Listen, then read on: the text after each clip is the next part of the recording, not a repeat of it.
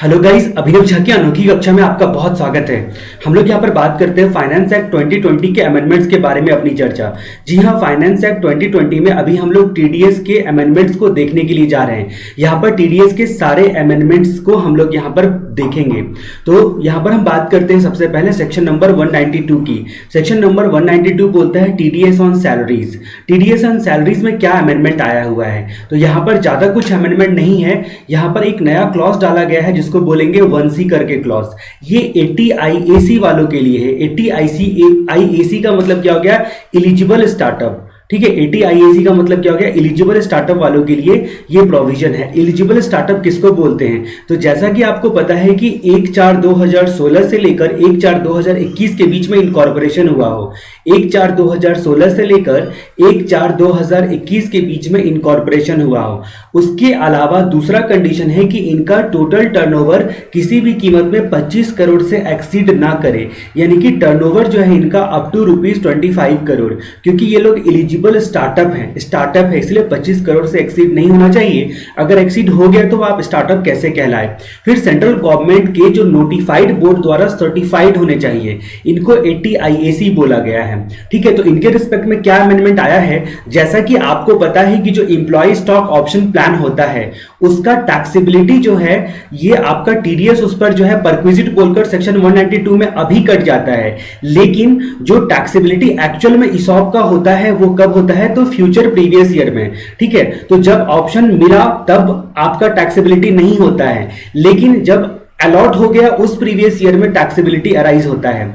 तो ये 80 IAC वालों के लिए ये प्रॉब्लम को दूर किया गया है। 80 IAC वालों के लिए ये प्रॉब्लम को दूर किया गया है। और यहां पर बोला गया है कि जो भी 80 IAC के एम्प्लॉय हैं, 80 IAC का कौन? तो 80 IAC का जो काम करने वाला एम्प्लॉय है, इन लोगों को अगर इशॉप दिया जाता है, एम्प्लॉय स्टॉक ऑप्शन प्लान दिया जाता है, यानी कि उसके तहत स्पेसिफाइड सिक्योरिटी या फिर स्वेट इक्विटी शेयर दिया जाता है, तो उस परिस्थिति में टैक्सेबिलिटी कब होगी परक्विजिट बोलकर? तो अभी टैक्सेबल नहीं करेंगे। टैक्सेबिलिटी के लिए 3 डेट में विचएवर इज अर्लियर पर टैक्सेबिलिटी की जाएगी परक्विजिट बोलकर इन लोगों की। ठीक है, अब ये 3 डेट कौन कौन से हैं जरा उसके बारे में हम लोग चर्चा करते हैं। तो यहां पर बताया गया है साफ साफ कि ये 3 डेट है आपके जिस रिलीवेंट असेसमेंट ईयर में आपको परक्विजिट मिला है उस रिलीवेंट असेसमेंट ईयर के एंड के 48 मंथ्स।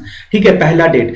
दूसरा कि अगर जो आपको स्पेसिफाइड सिक्योरिटी या स्वेट इक्विटी का जो ऑप्शन मिला था, राइट मिला था, उसको आप सेल कर देते हो, तो यानी कि आप उस सिक्योरिटी या स्वेट इक्विटी को सेल करते हो, या फिर इंप्लॉय कहलाने से सीज कर गए, रिटायरमेंट हो गया, अदरवाइज वेकेट कर दिए, ठीक है, या फिर अदरवाइज किसी कारण से जो है कंपनी में नहीं रहे, यानी कि सीज टू बी एम्प्लॉय हो गए, तो जो भी डेट होगा उसमें से विचएवर इज अर्लियर वाला प्रीवियस ईयर में वो टैक्सेबल हो जाएगा। तो मैं आपको फिर से बता दूं, ये केवल 80 IAC वालों के लिए है। 80 IAC का मतलब एलिजिबल स्टार्टअप होता है, जिसमें बोला गया है कि 1/4/2016 से लेकर 1/4/2021 के बीच में इनकॉर्पोरेशन होना चाहिए। टर्नओवर जो है किसी भी कीमत में 25 करोड़ से एक्सीड नहीं करेगा, 25 CR से एक्सीड नहीं करेगा। और सेंट्रल गवर्नमेंट के द्वारा जो नोटिफाइड बोर्ड होगी उनके द्वारा सर्टिफिकेट मिलेगा। इनमें जो काम करने वाले इंप्लॉय होते हैं, इनको अगर इशॉप दिया जाता है, इनको अगर इंप्लॉय स्टॉक ऑप्शन प्लान दिया जाता है, तो उस परिस्थिति में यहां पर क्या बोला गया है कि इनकी टैक्सेबिलिटी कब होगी? तो यहां पर विद इन 14 डेज जो है वो आपको टीडीएस काटकर जमा करना पड़ेगा। किसको? एम्प्लॉयर को। एम्प्लॉयर कौन है? 80 IAC वाला। तो यहां पर बोला गया है विद इन 14 डेज जो है टीडीएस काटकर जमा करना पड़ेगा। एक बार इस सब सेक्शन को हम लोग रीड कर लेते हैं, उसके बाद मैं आपको सारी चीजें बताऊंगा। 192 को पूरा मैं आपको रिवाइज करवा के दूंगा। पहले हम लोग अमेंडमेंट देख लिए, उसके बाद पूरा रिवाइज करवा के दूंगा। यहां पर बोला गया है for the purpose of deducting और पेइंग टैक्स अंडर सबसेक्शन 1 और 1A। यहां पर 1A का मतलब क्या होता है? तो 1A का मतलब ध्यान रहे आपको कि जो क्लॉज नंबर में कभी कभी क्या होता है ना, जो परक्विजिट होता है, नॉन मॉनेटरी परक्विजिट, यानी कि काइंड में जो परक्विजिट दिया जाता है उस पर इंप्लॉयर चूज करता है टैक्स भरने का। अगर इंप्लॉयर नॉन मॉनेटरी परक्विजिट पर टैक्स भरने का चूज करता है तो इंप्लॉय के हैंड में 10(10)(c) में एग्जेम्प्टेड होता है। जी हां, सेक्शन नंबर 10 में इंप्लॉय के हैंड में एग्जेम्प्टेड होता है, क्योंकि इंप्लॉयर टैक्स भरने का चूज करता है। ठीक है, ऑप्शन, लेकिन इंप्लॉयर को कोई डिडक्शन भी नहीं मिलता है। तो ये बोलता है आपका क्लॉज नंबर 1A। तो ये क्लॉज नंबर 1A का रेफरेंस लेकर, और क्लॉज नंबर 1 क्या बोलता है? ये बोलता है कि कोई भी इंप्लॉयर अपने इंप्लॉय को अगर कोई भी पेमेंट पेमेंट करता है सैलरी वगैरह के नाम पर, सैलरी के लिए कोई भी पेमेंट करता है, ठीक है, तो इंप्लॉय को पेमेंट करते वक्त में उसका एस्टिमेटेड इनकम कैलकुलेट करेगा, फिर स्लैब बेसिस पर उसका एवरेज निकालेगा जो रेट इन फोर्स होगा, यानी कि रिलेवेंट फाइनेंस एक्ट का जो रेट होगा उसके हिसाब से, और उसके बाद जो है पूरे साल का टैक्स एक साथ निकाल लिया, डिवाइडेड बाय 12 कर लिया, और हर महीना उनका टीडीएस काटकर उनको पेमेंट देगा। जैसा कि आपको पता है फॉर्म 16 के हिसाब से आप रिटर्न वगैरह फाइल करते हो। अब ये जो एवरेज टैक्स निकालने के लिए बोला गया है वो कहां पर बोला गया है, क्लॉज नंबर 1B में बोला गया है। अगर आप 1B को देखोगे ध्यान से तो यहां पर बोला गया है कि किस तरीके से एवरेज टैक्स निकालेंगे। बहरहाल हम सबकी चर्चा करेंगे, फिलहाल यहां पर हम लोग पहले अमेंडमेंट्स के बारे में देख रहे थे। तो यहीं पर क्लॉज नंबर 1 और क्लॉज नंबर 1A का रेफरेंस लेते हुए कहा गया है कि 80 IAC वाला जो एम्प्लॉयर है वो अपने एम्प्लॉय को जब एम्प्लॉय स्टॉक ऑप्शन प्लान के तहत, यानी कि आपका स्पेसिफाइड सिक्योरिटी या सर्ट इक्विटी देते रहेगा, ठीक है, ऑन और आफ्टर, यहां पर बोला गया previous year relevant to assessment year on or after first day of April. तो उस सिचुएशन में यहां पर क्या होगा कि आपको क्या करना पड़ेगा, टीडीएस काटना पड़ेगा, टीडीएस काटना पड़ेगा, ठीक है। तो ये यहां पर बोला गया कि आपका टीडीएस कब तक कटेगा, तो टीडीएस कटेगा कि आपका within 14 days after expiry of 48 months from the end of relevant assessment year or from the sale of such specified security or cert equity share by SSE or from the date of SSE cease to be employee, ठीक है, employee अब नहीं रहा, दोनों तीनों में जो भी डेट अर्लियर होगा वो। अब एक बार सेक्शन 192 को मैं रिवाइज करवा देता हूं आपको। सेक्शन 192 आपको क्या क्या कहता है स्टार्टिंग से मैं आपको रिवाइज करवा देता हूं। क्लॉज नंबर 1 बोलता है कि कोई भी एम्प्लॉयर अपने एम्प्लॉय को, चाहे एम्प्लॉय रेसिडेंट हो या नॉन रेसिडेंट हो, जब सैलरी वगैरह देते रहोगे तो एस्टिमेटेड इनकम कैलकुलेट करना है और उसका एवरेज रेट निकालना है रेट इन फोर्स के हिसाब से, और अकॉर्डिंगली टीडीएस काटना है।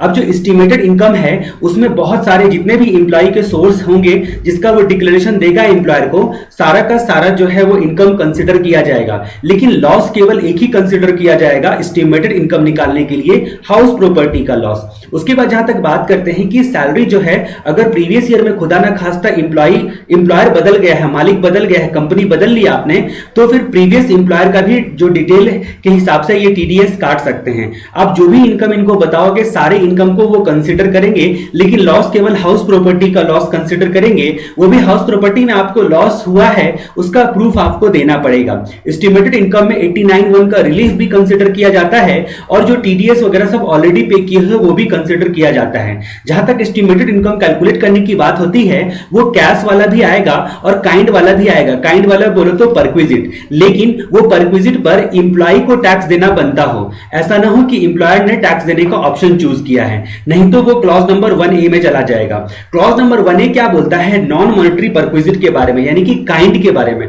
जो काइंड में आपको जो है जो कैश में पैसा मिल रहा है, कैश बैंक से जो पैसा मिल रहा है सैलरी के नाम पर, उसके अलावा आपको जो परक्विजिट मिलता है तो वो अगर नॉन मॉनेटरी परक्विजिट है, ठीक है, तो नॉन मॉनेटरी परक्विजिट पर क्या करता है, यहां पर एम्प्लॉयर खुद ही चूज कर लेता है कि वही टैक्स देगा।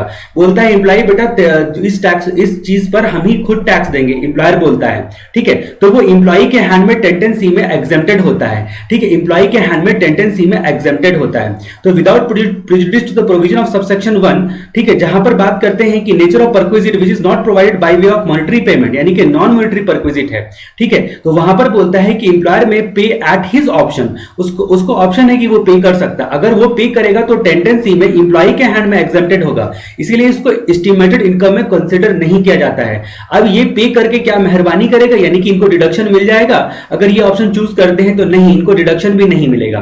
1B बोलता है एस्टिमेटेड इनकम कैलकुलेट करने के लिए, तो 1B बोलता है कि जो एस्टिमेटेड इनकम कैलकुलेट करेंगे वो कैसे करेंगे, तो यहां पर बोलता है कि जो एस्टिमेटेड इनकम आप कैलकुलेट करोगे वो आप क्या बोलते हैं, जो भी एस्टिमेटेड इनकम कैलकुलेट करोगे उसका एवरेज निकालोगे, एवरेज निकालोगे। ये एवरेज निकालने के लिए आपको बोलता है ये क्लॉज नंबर 1B। यहां पर बोलता है उसके बाद टीडीएस डिडक्ट करोगे। अब एवरेज कैसे निकालेंगे, जरा इसका एक एग्जांपल हम लोग देखते हैं, छोटा सा एग्जांपल। अगर मान लीजिए किसी बंदे की सैलरी 5,50,000 है, किसी बंदे की सैलरी 5,50,000 है, तो 87A इनको नहीं मिलेगा क्योंकि वो 5 लाख तक वाले को ही मिलता है। साथ में इनको नॉन मॉनेटरी परक्विजिट मिला है 80,000 का, लेकिन ये इसको हम लोग ऐड क्यों किए, क्योंकि एम्प्लॉयर ने चूज नहीं किया ऑप्शन 1A वाला, खुद से टैक्स देने का एम्प्लॉयर ने ऑप्शन चूज नहीं किया है। तो ये 5,50,000 में 80,000 नॉन मॉनिटरी परक्विजिट को ऐड किए हैं। फिर जैसा कि आपको पता है 50,000 तक का सेक्शन 16 में स्टैंडर्ड डिडक्शन मिलता है, उसको माइनस कर दिए। उसके अलावा चैप्टर 6A में मान लीजिए कि इन्होंने इंश्योरेंस वगैरह ले रखा था, 80C में डिडक्शन मान लीजिए 60,000 का, ठीक है। तो ये छोटा सा एग्जांपल हम लोग देखते हैं, यानी कि इनका इनकम होता है 5,20,000। 5,20,000 रुपए अगर आप टैक्स कैलकुलेट करते हो तो हम लोग यहाँ पर जो टैक्स का रेट एज्यूम कर रहे हैं वो पहले वाला पैटर्न में ही एज्यूम कर रहे हैं, मतलब कि जो अभी अल्टरनेट 1 अल्टरनेट 2 का जो ऑप्शन दिया गया है उसको कंसिडर नहीं कर रहे हैं, नॉर्मल टैक्स रेट से हिसाब से जा रहे हैं, जहां पर 2.5 लाख तक का नील, अगले 2.5 लाख पर 5%, तो 2.5 लाख का नील, अगले 2.5 लाख पर 5%, यानी कि 12,500, और ऊपर का जो बच गया 20,000 उस पर 20%, यानी कि यहां पर 4,000, तो 16,500 इनका टैक्स हुआ। 16,500 में क्या डिवाइड बाय 12 कर देंगे, टीडीएस काटना कितना है उससे, नहीं, अभी इसमें जो है हेल्थ एंड एजुकेशन से 4% ऐड करेंगे, जो भी ऐड करने के बाद जो भी हमारा फिगर होगा 17,160, उसमें डिवाइडेड बाय 12 करेंगे और हर महीने इनको सैलरी देते वक्त में टीडीएस काटा जाएगा। यही जो कैलकुलेशन है वो 1B के हिसाब से निकाला गया है, 1B के हिसाब से निकाला गया है, ठीक है। तो इस तरीके से हम लोगों ने बहुत सारी चर्चाएं की। उसके बाद हम लोग बात करते हैं 1C के बारे में। 1C आप लोगों ने देख लिया, जो कि फाइनेंस एक्ट 2020 में आया हुआ अमेंडमेंट है। यहां पर बोलता है कि आपका जो 80IAC वाला जो अपने इंप्लॉय को, ठीक है, अलॉट या ट्रांसफर कर, यहां पर अपने इंप्लॉय को जो है स्पेसिफाइड सिक्योरिटीज या फिर स्वेट इक्विटी देता है, यानी कि शॉप देता है, इंप्लॉय स्टॉक ऑप्शन प्लान सीधे शब्दों में देता है। तो उस सिचुएशन में 3 डेट में विचेवर्स अर्लियर के 14 दिनों के अंदर में इनको टीडीएस डिडक्ट करके पे करना है, ठीक है। तो यहां पर जो 3 डेट बताए गए हैं वो बताए गए हैं कि जिस रिलेवेंट प्रीवियस ईयर में आपने ऑप्शन दिया है उसका 48 मंथ्स, और जिस साल उस बंदे ने सेल कर दिया है अपना स्वेट इक्विटी को, ठीक है, उस साल, और यहां पर बोलते हैं जिस दिन सीज कर गए हैं एम्प्लॉय बनना, ठीक है। तो 48 मंथ तीनों में जो भी अर्लियर होगा उसके 14 डेज के अंदर में, ठीक है, ये बात बताई गई है। उसके बाद हम लोग बात करते हैं सबसेक्शन 2 के बारे में। यहां पर सबसेक्शन 2 क्या बोलता है, ये आपकी बात आती है कि जहां पर हाँ, एक से ज्यादा एम्प्लॉय के पास अगर एम्प्लॉय काम कर चुका है प्रीवियस ईयर में तो सारे के एम्प्लॉय का वो डिटेल्स देगा। ये सारी बातें एस्टिमेटेड इनकम कैलकुलेट करने के बारे में सबसेक्शन 2 हमको बताता है। उसके बाद जहां तक बात करते हैं कि 2 के बाद आता है 2A। ये 2A आपको क्या बताता है, ये बोलता है कि जो 89 का रिलीफ होगा ना एम्प्लॉय या एम्प्लॉय में, खासकर जो गवर्नमेंट एम्प्लॉय होंगे, ठीक है। उसके बाद जहां तक कंपनी के employ, cooperative society, local authority, university, institution और एसोसिएशन और बॉडी, इन सबको कवर किया गया है। बोला गया है कि इनका 89(1) का रिलीफ अगर बनता है तो वो भी एस्टिमेटेड इनकम में कंसीडर करना है। उसके बाद जहां तक हम लोग बात करते हैं 2B के बारे में। 2B हमको क्या बताता है, 2B हमको बताता है कि आपका जो भी इनकम होगा, डिक्लेरेशन आपने अगर दिया है बतौर एम्प्लॉय, आपने डिक्लेरेशन दिया है, 2B बोलता है कि बतौर एम्प्लॉय आपने सारे इनकम का जो है आपके कंसीडर करेगा, जो भी इनकम का आप डिक्लेरेशन देते हो एम्प्लॉयर को, अपने मालिक को, तो इनकम। और उसके बाद जो है, लेकिन लॉस के केस में बोला कि केवल हाउस प्रॉपर्टी लॉस, लॉस के केस में बोला हाउस प्रॉपर्टी लॉस, वो भी उसका प्रूफ देना पड़ेगा। लॉस के केस में हाउस प्रॉपर्टी लॉस, उसका भी प्रूफ देना पड़ेगा। तो ये बात जो है वो 2B क्लॉज बताता है। उसके बाद जहां तक हम लोग बात करते हैं क्लॉज नंबर अगला हमारा 2C, वो हमको क्या बताता है, ये हमको बताता है 2C कि आपका जो एम्प्लॉयर होगा वो स्पेसिफाइड फॉर्म देगा, यानी कि फॉर्म 16, फॉर्म 12 BA जो इशू करता है, वो इशू करने के लिए जो स्पेसिफाइड फॉर्म आपको देगा, जिसके बेसिस पर आप ITR वगैरह फाइल करते हो बतौर एम्प्लॉय, ठीक है। क्लॉज नंबर 2D की जब हम लोग बात करते हैं कि एम्प्लॉय अगर लॉस डिडक्शन वगैरह सभी लेना चाहता है, या फिर एग्जम्पशन है, लॉस है, हाउस प्रॉपर्टी लॉस केवल अलाउड है, लॉस में केवल हाउस प्रॉपर्टी लॉस अलाउड है, बाकी कोई भी डिडक्शन लेना चाहता है तो इनको क्या करना पड़ेगा, इनको सारे प्रूफ देना पड़ेगा, ठीक है। तो यानी कि आपका जो एम्प्लॉय है, लॉस में तो केवल हाउस प्रॉपर्टी लॉस हम लोगों ने पहले ही देख लिया। उसके बाद कोई भी डिडक्शन, एग्जम्पशन या फिर क्लेम, इसका डिटेल जो है अपने एम्प्लॉयर को देना चाहते हो कि टीडीएस काटते वक्त में इसको कंसीडर करो, तो उस परिस्थिति में इसका सबूत भी आपको देना पड़ेगा, ठीक है। तो जो सब्सटेंशियल सबूत हो उतना ही चलेगा, ज्यादा कुछ नहीं चाहिए। क्लॉज नंबर 3 की बात करते हैं कि जो अर्लियर प्रीवियस ईयर का चीजों को भी यहां पर टीडीएस काटते वक्त में कंसीडर करवा सकते हो, यानी कि कोई एक्सेस या डिफिशियंसी पिछले previous year, current previous year के अलावा, रिलेवेंट प्रीवियस ईयर के अलावा जो पहले प्रीवियस ईयर में अगर कुछ डिफिशियंसी या एक्सेस रह गया हो तो उसको भी एडजस्ट किया जा सकता है एस्टिमेटेड इनकम कैलकुलेट करते वक्त में, ठीक है। तो सॉरी, क्लॉज नंबर 3 ये बात बोलता है। हाँ, क्लॉज नंबर 4 की जहां तक हम लोग बात करते हैं, यहां पर बोलता है रिकॉग्नाइज प्रोविडेंट फंड के बारे में, ठीक है। तो रिकॉग्नाइज प्रोविडेंट फंड, या फिर किसी रेगुलेशन से जो ऑथराइज जो फंड हो या रिकॉग्नाइज प्रोविडेंट फंड हो, उसका ट्रस्टी जो होता है ना, एम्प्लॉयर के भांति एम्प्लॉयर की तरह टीडीएस काटेगा। ठीक है, एम्प्लॉयर की तरह टीडीएस काटेगा यहां पर सेक्शन 192 में, ये क्लॉज नंबर 4 बोलता है। उसके बाद जहां तक बात करते हैं कि क्लॉज नंबर 5 क्या बोलता है, तो क्लॉज नंबर 5 बोलता है कि जो एम्प्लॉय कंट्रीब्यूशन होता है, कंट्रीब्यूशन मेड बाय एम्प्लॉयर, ठीक है, एम्प्लॉयर का हिस्सा का कंट्रीब्यूशन जो सुपर एनुएशन फंड में होता है। कौन से फंड में, तो यहां पर बोला सुपर एनुएशन फंड में जो एम्प्लॉयर का कंट्रीब्यूशन होता है प्लस उसके इंटरेस्ट पर। ठीक है, जो सुपर एनुएशन फंड होगा उसके इंक्लूडिंग उसके इंटरेस्ट पर, तो उस सिचुएशन में एम्प्लॉयर की भांति ये सुपर एनुएशन फंड में कंट्रीब्यूट करने वाला एम्प्लॉयर पैसा काटता है 192 के हिसाब से। ठीक है, ये बात बताई गई है। क्लॉज नंबर 6 बोलता है कि अगर फॉरेन करेंसी में सैलरी मिलती है तो उसको रूल के हिसाब से कन्वर्ट करना है। फॉरेन करेंसी में सैलरी मिलती है तो उसको रूल के हिसाब से कन्वर्ट करना है। ये सारी बातें हमने देखी। अब हम लोग बात करते हैं सेक्शन नंबर 194। जी हां, ये बहुत बड़ा अमेंडमेंट है। डिविडेंड पर अब टीडीएस लगेगा 10% के रेट से। जैसा कि आपको पता है कि 1034 में डिविडेंड शेयर होल्डर के हैंड में एग्जेम्प्ट होता है।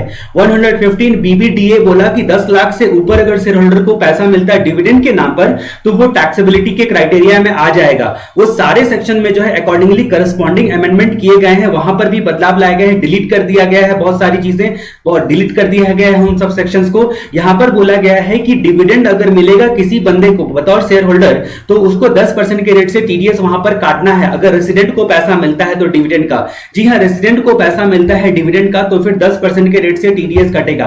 अब यहां पर बात जो आती है सेक्शन नंबर 194, पहले जमाने में ट्रेडिशनल मेथड हुआ करता था जिसमें बोला गया था कि डिविडेंड में सारे प्रकार के डिविडेंड 222 वाले 222 के ए बी सी डी और ई हर डिविडेंड को इंक्लूड करते हुए बोला कि अगर मान लीजिए यहां पर डिविडेंड मतलब इक्विटी शेयर पर डिविडेंड दो या प्रेफरेंस शेयर पर डिविडेंड दो, कोई फर्क नहीं पड़ता है। कोई भी इंडियन कंपनी अगर डिविडेंड देते रहेगी तो 10% के रेट से टीडीएस काटेगी। रिस्पॉन्सिबल कौन होगा, जो प्रॉपर ऑफिसर होगा या फिर वो या तो टीडीएस काटेगा या प्रिस्क्राइब्ड अरेंजमेंट करेगा।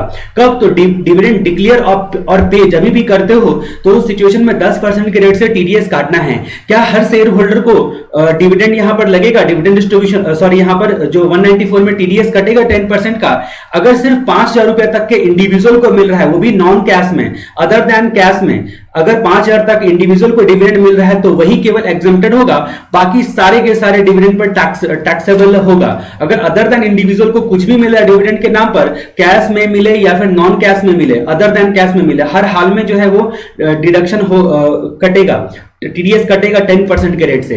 लेकिन अगर मान लीजिए कि जिसको मिल रहा है, जिसको डिविडेंड मिल रहा है वो बंदा इंडिविजुअल है और 5,000 तक का ही केवल मिल रहा है, वो भी अदर देन कैश में मिल रहा है, तो उस परिस्थिति में टीडीएस से बच सकता है। सिर्फ 5,000 तक वाले लोग बच सकते हैं, वो भी अदर देन कैश में मिले तो। यहां पर जो है टीडीएस कुछ रेसिपिएंट को नहीं कटते हैं, जैसे एलआईसी वाले शेयर होल्डर हैं उनको मिला तो टीडीएस नहीं कटेगा। जीआईसी वाले, general insurance corporation of India वाले रेसिपिएंट है तो उनको टीडीएस नहीं कटेगा। बाकी कोई भी इंश्योरर जो हैं जो कि आईआरडीए के अंतर्गत आते हैं तो उनको भी डिविडेंड मिलने पर जो टीडीएस नहीं कटेगा। तो उन लोगों को छोड़कर बाकी सब केस में बोला सेक्शन 194 टीडीएस कटेगा। ठीक है, तो यही बात को हम लोग एक बार पढ़ते हैं। जो प्रिंसिपल ऑफिसर होता है इंडियन कंपनी का या फिर कंपनी जिसने डिविडेंड डिक्लेयर और पे करने का प्रिस्क्राइब्ड अरेंजमेंट करेगा, इंक्लूडिंग इक्विटी के साथ साथ प्रेफरेंस शेयर पर भी डिविडेंड, तो बिफोर मेकिंग पेमेंट करने से पहले चाहे किसी भी मोड में आप पेमेंट करो, यहां पर साफ बोल दिया बिफोर मेकिंग पेमेंट, यानी कि पेमेंट के वक्त में यहां पर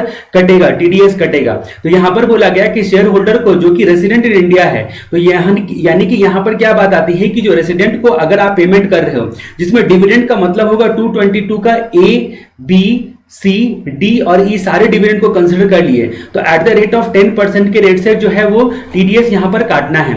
उसके बाद जो है बोला कि अकॉर्डिंगली आपका जो अलग अलग सेक्शंस में जो है जहां पर यहां पर एग्जाम्प्ट किया था 1034 को जो है वो आपका डिलीट किया। अकॉर्डिंगली 115 बीबीडीए वाला सेक्शन जो था 10 लाख के ऊपर, तो वहां पर भी करस्पॉन्डिंग अमेंडमेंट अकॉर्डिंगली आया। No such deduction shall be made, अगर शेयर होल्डर इंडिविजुअल है और अगर अदर देन कैश मोड में उसको 5,000 रुपए तक का डिविडेंड मिलता है तो ठीक है, likely to be paid during the financial year 5,000 तक का उनको डिविडेंड मिलता है तो नॉट एक्सीडिंग 5,000। तो यहां पर हम लोगों ने देखा कि इंडिविजुअल है, अदर देन कैश में उसको डिविडेंड मिल रहा है और अप टू 5,000 पूरे फाइनेंशियल ईयर में मिल रहा है, तो उस सिचुएशन में नो टीडीएस।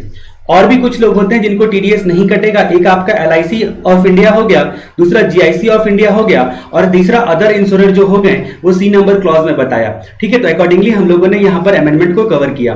अब हम लोग बात करते हैं section 194 interest other than interest on securities. यहां पर क्या होता है कि जहां जितने भी सेक्शंस थे जिसमें बताया गया था कि एक्सेप्ट इंडिविजुअल और हफ, ठीक है, जिसको प्रीवियस ईयर में ऑडिट करवाना नहीं था, ठीक है, उस शब्द को बदलकर, जितने भी सेक्शन हैं उस शब्द को बदलकर वहां पर बोल दिया अगर प्रीवियस ईयर में इंडिविजुअल हफ का अगर बिजनेस है तो 1 करोड़ टर्नओवर एक्सीड नहीं करता है, प्रोफेशन है तो 50 लाख जो है ग्रॉस रिसीट वगैरह एक्सीड नहीं करता है, तो उनको टीडीएस काटने की जरूरत नहीं है। तो यहां पर अगर मान लीजिए कोई इंडिविजुअल या हफ है, बहुत सारे सेक्शन में जितने भी इंडिविजुअल हफ को एक्सेप्शन किया गया था वो यहां पर बोल दिया गया। इंडिविजुअल हफ जो है यहां पर बोला कि अगर मान लीजिए कि प्रीसीडिंग फाइनेंशियल ईयर का, जी हां, करंट फाइनेंशियल ईयर के पहले वाले, जस्ट पहले वाले financial year, preceding financial year का टर्नओवर, सेल या फिर ग्रॉस रिसीट बिजनेस है तो उस सिचुएशन में 1 करोड़ एक्सीड नहीं किया, मतलब अप टू 1 करोड़ है, और बिजनेस है तो, और प्रोफेशन है तो अप टू 50 लाख है तो,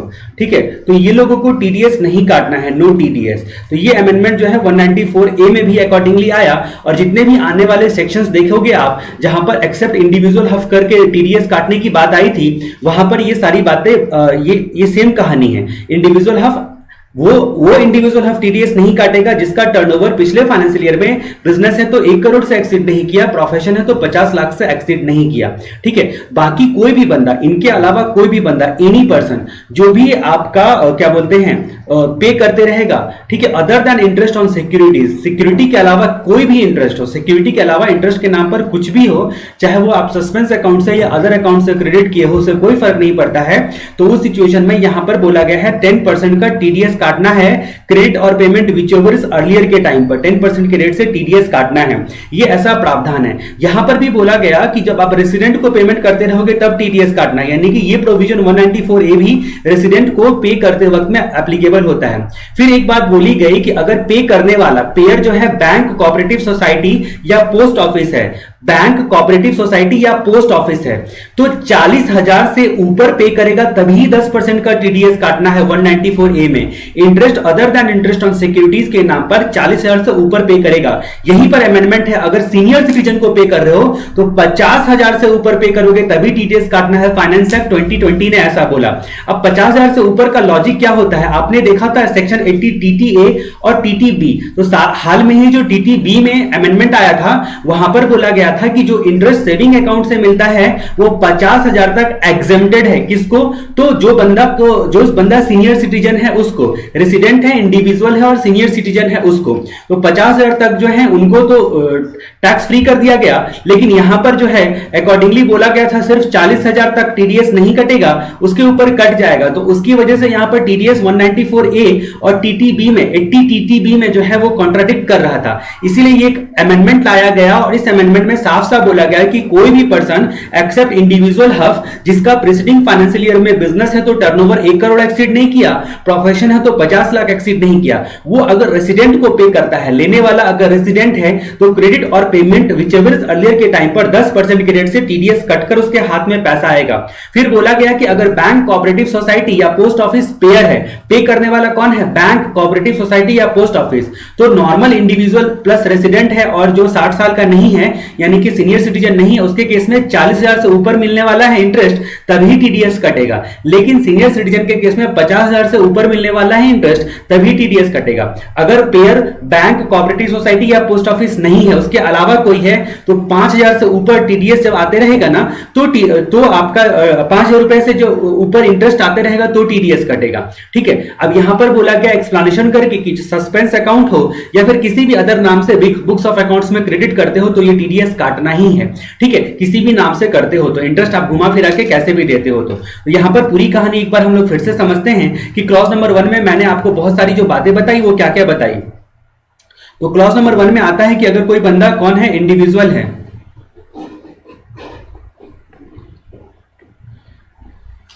तो कोई भी बंदा, एनी पर्सन, कोई भी पे करने वाला कोई भी है, एनी पर्सन एक्सेप्ट इंडिविजुअल हफ जिसको प्रीसीडिंग फाइनेंशियल ईयर में टर्नओवर जो है वो बिजनेस के केस में 1 करोड़ और प्रोफेशन के केस में 50 लाख इससे एक्सीड करता है, ठीक है, तो डज नॉट एक्सीड वाला एक्सेप्शन में आ गया, ठीक है, एक्सीड किया तो टीडीएस काटना है इन लोगों को। बाकी आपका डज नॉट एक्सीड मतलब अप टू 1 करोड़ और प्रोफेशन के केस में 50 लाख तक रहेगा तो उनको टीडीएस नहीं काटना है। बाकी कोई भी बंदा अगर रेसिडेंट को पेमेंट करते रहेगा तो कोई भी बंदा अगर रेसिडेंट को पेमेंट करते रहेगा तो 10% के रेट से टीडीएस काटना है, क्रेडिट और payment which ever is earlier के टाइम पर, ठीक है। फिर यहां पर एक बात बोली गई कि अगर पेयर जो है वो 3 लोग है, यहां पर कोऑपरेटिव बैंक है, ठीक है, या फिर आपका बैंक है या फिर आपका पोस्ट ऑफिस है, तो उस सिचुएशन में नॉर्मल इंडिविजुअल के केस में 40,000 एक्सीड करेगा तभी टीडीएस काटना है, और सीनियर सिटीजन के केस में 50,000 एक्सीड करेगा सीनियर सिटीजन के केस में तभी जो है टीडीएस काटना है। यही सीनियर सिटीजन वाला अमेंडमेंट फाइनेंस एक्ट 2020 में आया। उसके बाद दूसरी बात बोली गई कि अगर पेयर यहां पर कोऑपरेटिव बैंक पोस्ट ऑफिस के अलावा कोई अदर है तो 5 रुपए से अधिक होगा तभी टीडीएस काटने का प्रावधान बताया गया।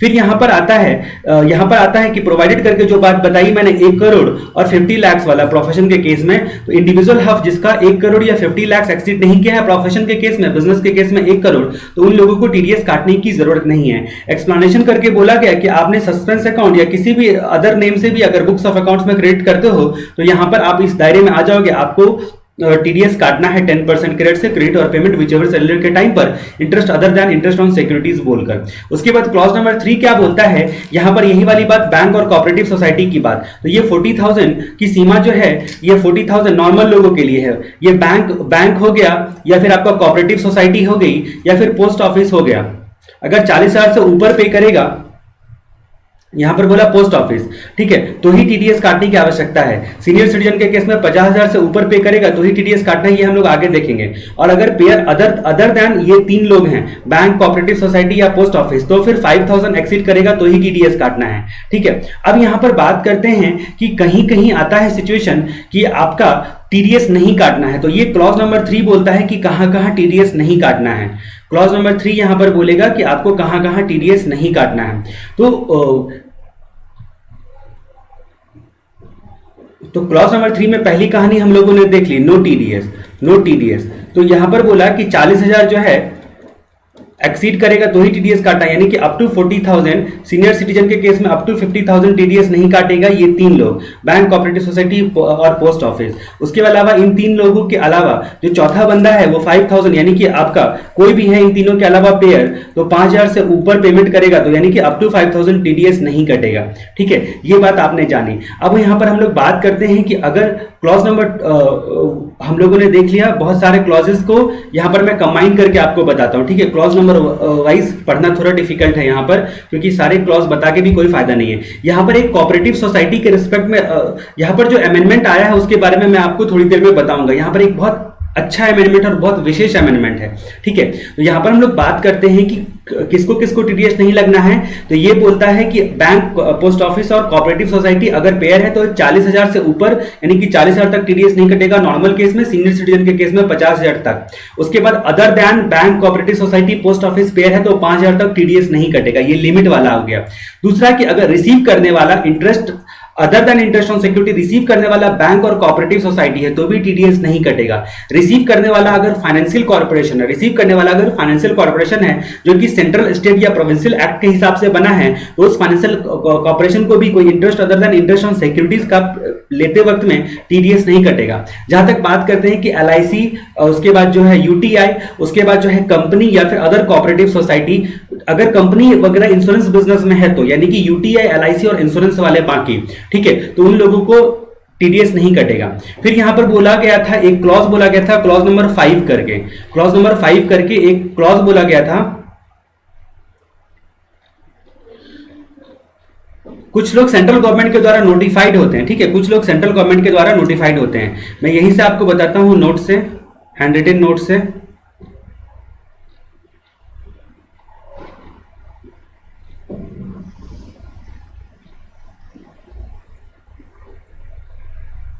हाँ, तो बैंकिंग कंपनी या कोऑपरेटिव सोसाइटी, फाइनेंशियल कॉर्पोरेशन, ये फाइनेंशियल कॉर्पोरेशन सेंट्रल स्टेट या प्रोविंशियल एक्ट द्वारा जो है स्टेब्लिश होना चाहिए। फिर यूटीआई एलआईसी कंपनी या कोऑपरेटिव सोसाइटी, ये कंपनी और कोऑपरेटिव सोसाइटी अगर इंश्योरेंस बिजनेस में है और यूटीआई एलआईसी ये लोग डिविडेंड लेते हैं तो भी आपका टीडीएस नहीं कटेगा। फर्म के केस में जैसा कि आपको पता है, फर्म में आपने देखा था फर्म को सेक्शन 40B में डिडक्शन कंडीशन पूरा करोगे तो डिडक्शन मिलेगा। तो फर्म अगर अपने पार्टनर्स को जो वर्किंग पार्टनर वगैरह को जो इंटरेस्ट देती है तो उस सिचुएशन में यहां पर क्या बोला कि आपका टीडीएस काटने का प्रावधान नहीं है। फिर कई सारे डिपॉजिट स्कीम होते हैं जैसे कि गवर्नमेंट का डिपॉजिट स्कीम या क्रेडिट सोसाइटी और कोऑपरेटिव क्रेडिट सोसाइटी वगैरह सब, तो यहां पर गवर्नमेंट का और क्रेडिट सोसाइटी का, तो ये डिपॉजिट स्कीम जो है यहां पर जो है टीडीएस नहीं काटने का प्रावधान है। इनकम टैक्स या वेल्थ टैक्स के तहत आपको जो रिफंड मिलता है उस पर इंटरेस्ट मिलता है तो उस पर भी टीडीएस नहीं काटना है।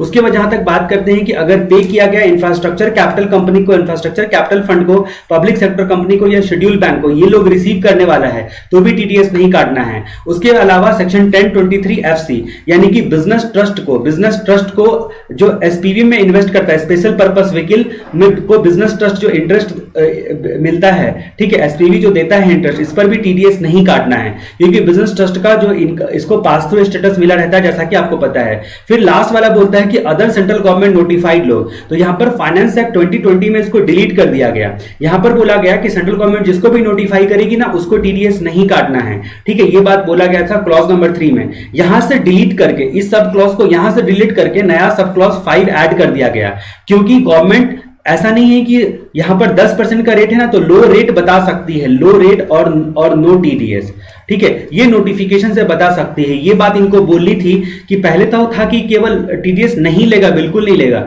लेकिन अब बोला बिल्कुल माफ मत करो, कम कर दो। कम करने का पावर भी क्लॉज नंबर 5 अलग से ऐड करके नो और लोअर रेट पर टीडीएस जो है काटने का पावर दे दिया गया फाइनेंस एक्ट 2020 में। यही बात बताने के लिए मुझे पूरी कहानी यहां पर बतानी पड़ी।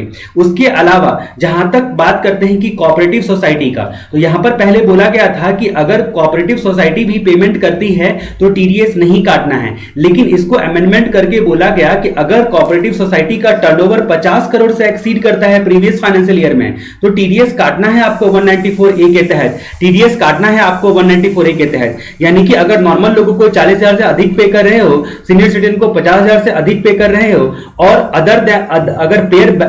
अगर यहां पर टीडीएस काटना है आप लोगों को इस सिचुएशन में, ये कोऑपरेटिव वाले के लिए बोला गया। कोऑपरेटिव सोसाइटी को भी कोऑपरेटिव बैंक बोलकर जो है वो कंसिडर किया गया और ये सीमा 40,000 और 50,000 की सीमा ही इसको केवल दी गई है, ये 5,000 वाली सीमा इसको नहीं दी गई है, ठीक है। तो इसीलिए बेयर एक्ट को जो है अच्छे तरीके से आप पढ़ो तो आपको बहुत सारी चीजें जो है वो समझ में आएगी कि जो क्लॉज हम लोग डिस्कशन कर रहे हैं उसका क्लैरिफिकेशन आपको समझ में आएगा, ठीक है। अब गवर्नमेंट जो होती है यहां पर क्लॉज नंबर 5 का उनको पावर दिया गया है कि आपने ये कोऑपरेटिव सोसाइटी वाला प्रोवाइडेड करके दिया गया है, ठीक है, कोऑपरेटिव सोसाइटी वाला प्रोवाइडेड करके दिया गया है। इनकम टैक्स की साइट पे जाकर आप बेयर एक्ट से एक बार रीड कर लेना।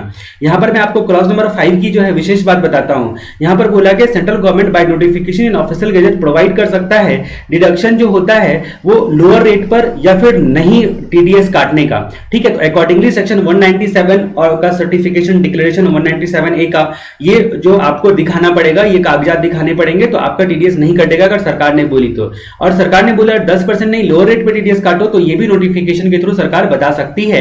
सरकार इसके बारे में और भी क्लैरिफिकेशन बाद में आगे चलकर इशू करेगी, ठीक है। तो ये बातें जो है आपने देखी। अब यहां पर बात करते एक क्लॉज हमारा छूट गया उसको भी मैं बता देता हूं। क्लॉज नंबर 4, क्लॉज नंबर 4 क्या बोलता है कि अर्लियर प्रीवियस ईयर का भी, यानी कि आपका करंट प्रीवियस ईयर है ना, जब टीडीएस काटने की बात हो रही है, अर्लियर प्रीवियस ईयर का भी कोई इंटरेस्ट है ना जो कि आउटस्टैंडिंग या किसी कारण से टैक्सेबल नहीं हुआ था तो उसको भी कंसिडर किया जा सकता है, उसको भी एडजस्टमेंट किया जाएगा प्लस माइनस अकॉर्डिंगली आपका करंट ईयर का इंटरेस्ट होगा टीडीएस काटने वाला, ठीक है। अकॉर्डिंगली बढ़ सकता है या घट सकता है।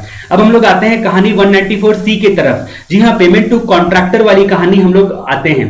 ये कहानी क्या होती है कि कोई भी पर्सन एक्सेप्ट इंडिविजुअल हफ, फिर एक्सेप्ट इंडिविजुअल हफ बोल दिया तो वही कहानी रिपीट करो कि अगर 1 करोड़ से उसका टर्नओवर बिजनेस है तो एक्सेड नहीं किया, 50 लाख से एक्सेड नहीं किया, प्रोफेशन है तो वो टीडीएस नहीं काटेगा। तो कोई भी पर्सन, यहां पर साफ साफ बोला गया कि कोई भी पर्सन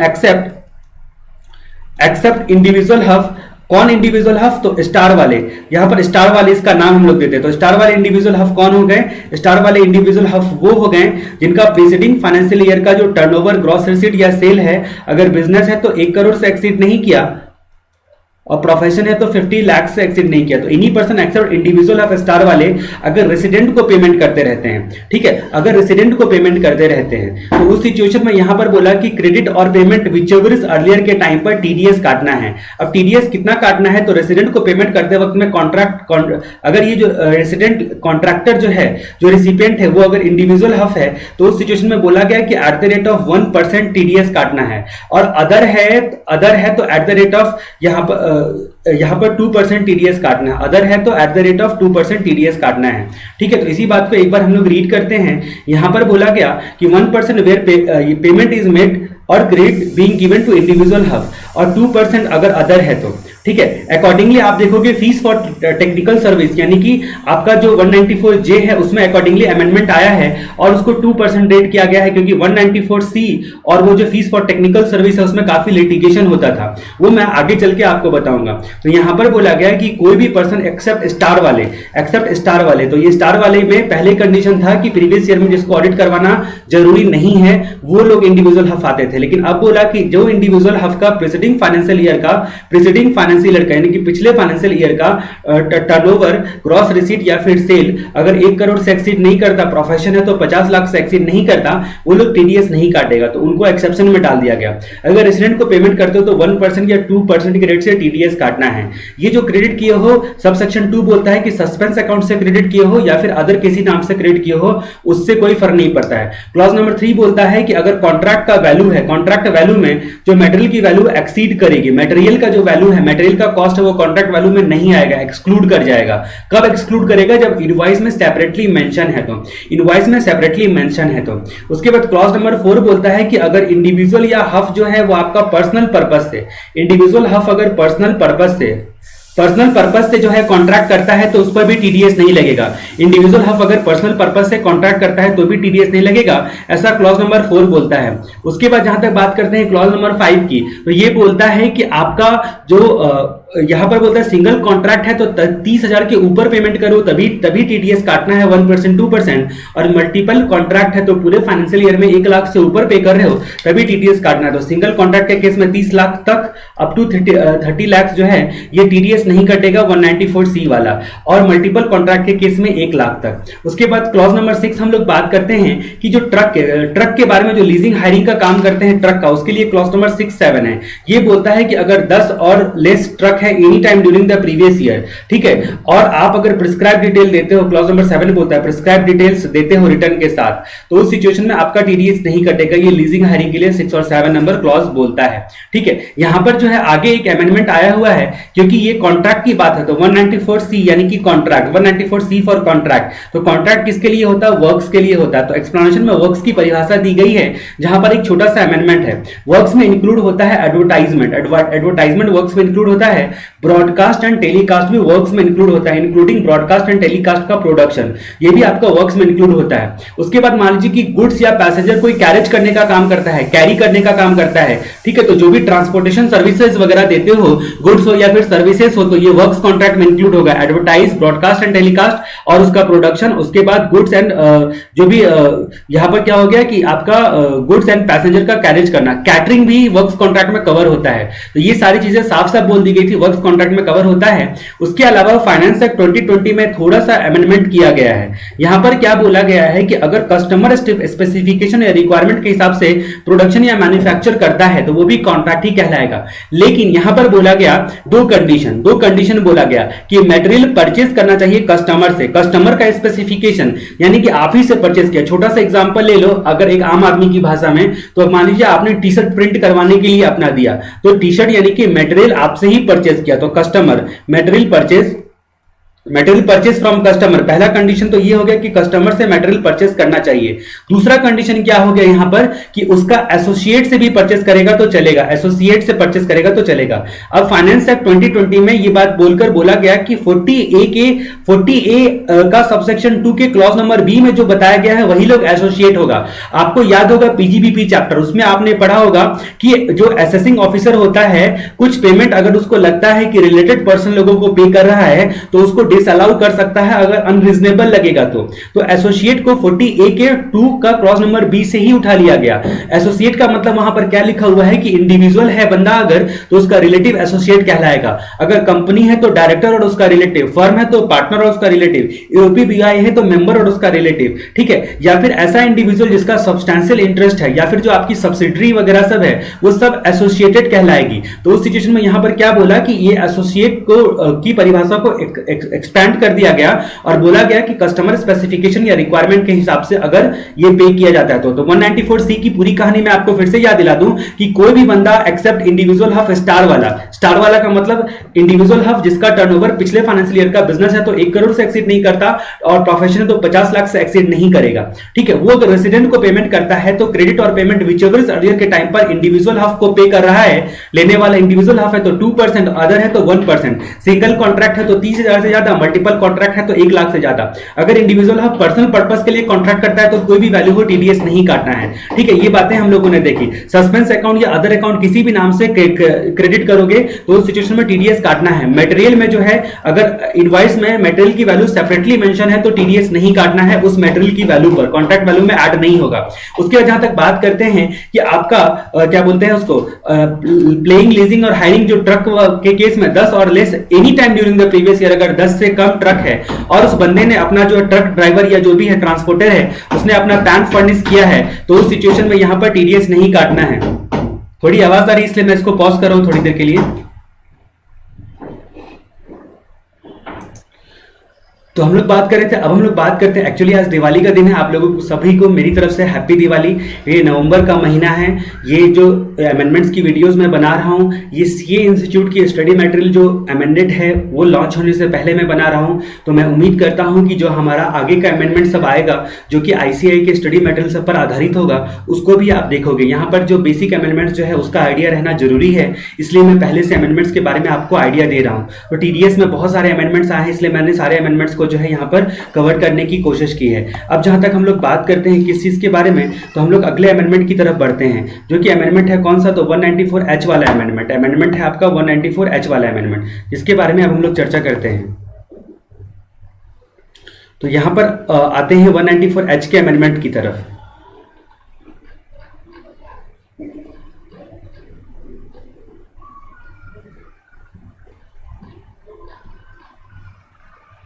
कमीशन और ब्रोकरेज, तो यहाँ पर क्या बोलता है कि कमीशन ऑन ब्रोकरेज के बारे में यहाँ पर सारी कहानी बताई गई है। कमीशन और ब्रोकरेज के बारे में सारी कहानी बताई गई है।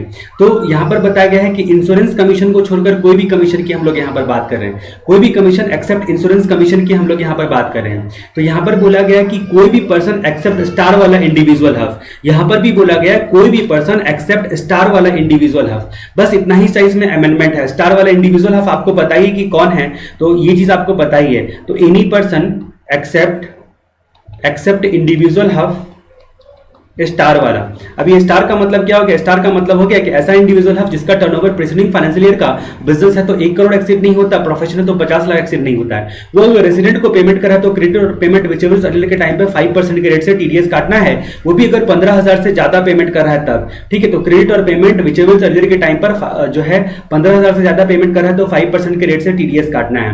अब यहाँ पर बात करते हैं कि कुछ सिचुएशन में नो टीडीएस, यहाँ पर कुछ सिचुएशन में नो टीडीएस का जो क्लॉज है वो आपको पहले से पता है। अगर बिजनेस ट्रस्ट में रेंट का पेमेंट किया जा रहा है तो, सॉरी बिजनेस ट्रस्ट अगर पेमेंट कर रहा है तो, ठीक है, तो क्या बोलते हैं उसको, कोई भी कमीशन वगैरह सबके नाम पर, ठीक है, या बीएसएनएल या एमटीएनएल का आप फ्रेंचाइजी लेते हो, एमटीएनएल का फ्रेंचाइजी लेते हो तो इसका जो फ्रेंचाइजी किस चीज का, पब्लिक कॉल ऑफिस का, जो कि आजकल ट्रेंड में नहीं है पब्लिक कॉल ऑफिस, तो उस सिचुएशन में पीसीओ जिसको आप बोलते हो, ठीक है, तो उस सिचुएशन में टीडीएस नहीं कटता है। उसके जहां तक बात करते हैं कि जो क्लॉज 192 में कवर करता है, जो कमीशन 192 में सैलरी बोलकर कवर करता है उस पर टीडीएस नहीं काटना है, और सिक्योरिटी ट्रांजेक्शन टैक्स और कमोडिटी ट्रांजेक्शन टैक्स पर टीडीएस नहीं काटना है। तो बस स्टार वाला अमेंडमेंट जो है जो मैंने यहाँ पर बताया, बस इतनी ही सी बात इसमें सिर्फ बताई गई वही है। ठीक है, स्टार वाला अमेंडमेंट इंडिविजुअल हफ जो बोला, ठीक है, तो 194H में इतनी ही बात बताई गई है। क्या बताई गई है? कोई भी पर्सन एक्सेप्ट इंडिविजुअल हफ, अगर मान लीजिए स्टार वाला इंडिविजुअल हफ जिसको प्रीसीडिंग फाइनेंशियल ईयर में अगर उसका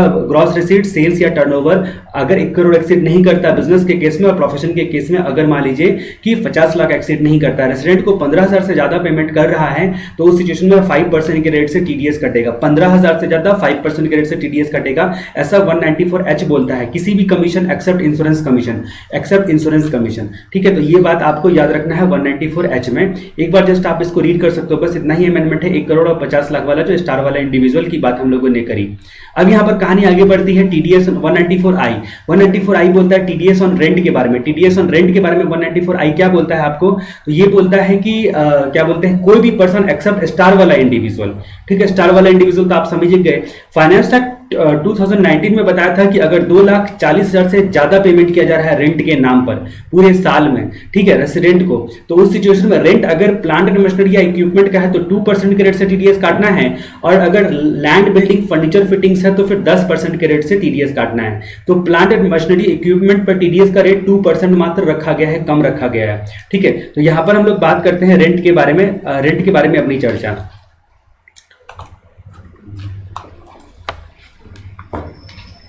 तो यहां पर हम लोग रेंट की जो कहानी डिस्कस करते हैं, क्या हो रहा है,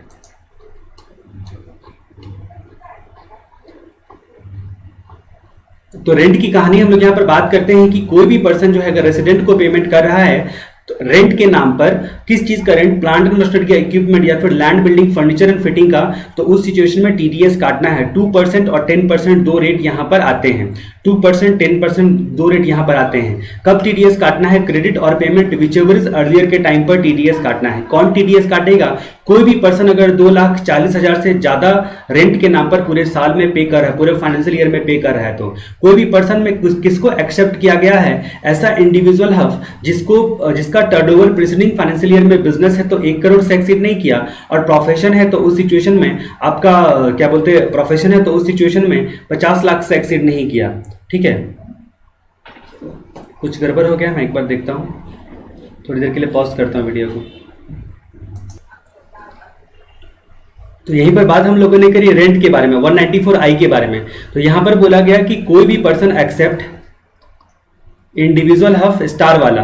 अब इंडिविजुअल हफ स्टार वाला का मतलब आप समझ गए होंगे, जिसका ग्रॉस टर्नओवर पिछले फाइनेंशियल ईयर में 1 करोड़ से एक्सीड नहीं करता और प्रोफेशन के केस में 50 लाख से एक्सीड नहीं करता। उनके अलावा कोई भी पेमेंट करने के लिए जा रहा है, रेसिडेंट को कितना पेमेंट करने के लिए जा रहा है? 2,40,000 से ज्यादा। ये 2,40,000 जो है सीमा पहले 1,80,000 की थी, उसको बढ़ाकर फाइनेंस एक्ट 2019 में ये लिमिट किया गया। ठीक है, अब यहाँ पर तो उस सिचुएशन में क्रेडिट और पेमेंट विचएवर इज अर्लियर के टाइम पर टीडीएस काटना है। टीडीएस कितना काटना है वो डिपेंड करता है कि रेंट का जो रिसिपिएंट है वो रेंट किस चीज के लिए दिया गया है। ठीक है, तो प्लांट एंड मशीनरी या फिर इक्विपमेंट के लिए दिया गया है तो 2%, और उसके बाद लैंड एंड बिल्डिंग और फर्नीचर और फिटिंग के लिए दिया जा रहा है तो 10% के रेट से टीडीएस कटेगा। 10% के रेट से टीडीएस कटेगा। ये क्रेडिट सस्पेंस अकाउंट के नाम से करो या किसी भी अकाउंट के नाम से करो, यहाँ पर जो है वो टीडीएस पक्का से पक्का कटेगा ही। ठीक है, तो ये बातें आपने रेंट के रिस्पेक्ट में जानी, और अमेंडमेंट बस इतना ही है, स्टार वाला इंडिविजुअल ये अमेंडमेंट है। ठीक है, तो मैं उम्मीद करता हूं कि ये चीज आपको समझ में आ गया होगा। उसके बाद जो हम लोग डिस्कस करने के लिए जा रहे हैं 194J नंबर क्लॉज, ये बड़ा इंपॉर्टेंट है। तो इस वीडियो के अगले पार्ट में मैं आपको टीडीएस के अलावा टीसीएस के अमेंडमेंट्स के बारे में बताऊंगा। ठीक है, तो उम्मीद करता हूं कि वीडियो आपको पसंद आया होगा और अगले पार्ट को आप देखोगे, और काफी जो है चीजें यहाँ पर आपको बहुत सारे अपडेट्स आपको आएंगे। इसलिए मैं रिक्वेस्ट करता हूं कि हमारे चैनल को सब्सक्राइब कर लो, ताकि जितने भी अमेंडमेंट्स हैं, केस लॉज हैं, सारा का डिस्कशन मैं आपको एक ही साथ प्रेजेंट कर सकूं। जय राम जी की।